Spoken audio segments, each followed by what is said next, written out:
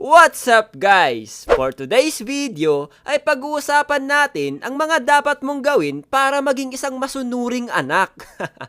Sa pagkatapos nyong tapusin tong video na to, ay mag-comment lang kayo kung ilan ang nagagawa mo ngayon. Alright, let's go! Unang-una, dapat line of 9 lahat ng grade mo sa school. Kasi kapag puro palakol ang nakikita ng magulang mo dyan sa report card mo, nako, wag mo nang balaking umuwi dahil panigurado, nagdidilim na yung paningin ng magulang mo.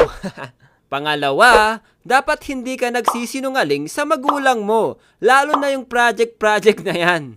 Pangatlo, hindi ka dapat nagkakajowa hanggat hindi ka pa-graduate ng elementary, high school at college dahil mas maganda i-priority ang career kaysa sa jowa.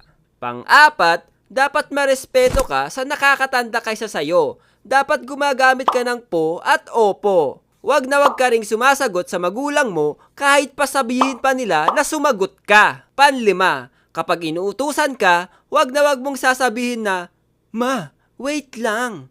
Kaya kahit naglalaro ka pa ng rank game, nako, itigil mo na yan kung ayaw mo mabato ng tsinelas at sabihan ng, "Nung pinanganak ba kita, sinabi ko bang wait lang?"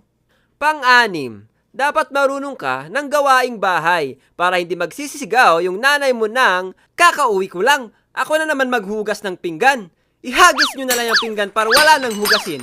Pampito, dapat marunong ka magpaalam kapag aalis ka ng bahay. At dapat alam ng magulang mo kung sino-sino ang mga kasama mo. Dapat din ay umuwi ka ng maaga, hindi yung nagpapagabi ka. Pangwalo, dapat hindi ka nagbibisyo. Hindi ka dapat maadik sa alak, sa paninigarilyo, at lalong-lalo na ang pagdodroga.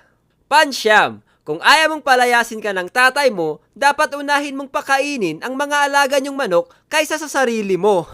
Pansampu, kapag pinapabili ka ng nanay mo sa tindahan, dapat binabalik mo yung barya. Hindi mo dapat kinukupit at nilalagay sa brief mo.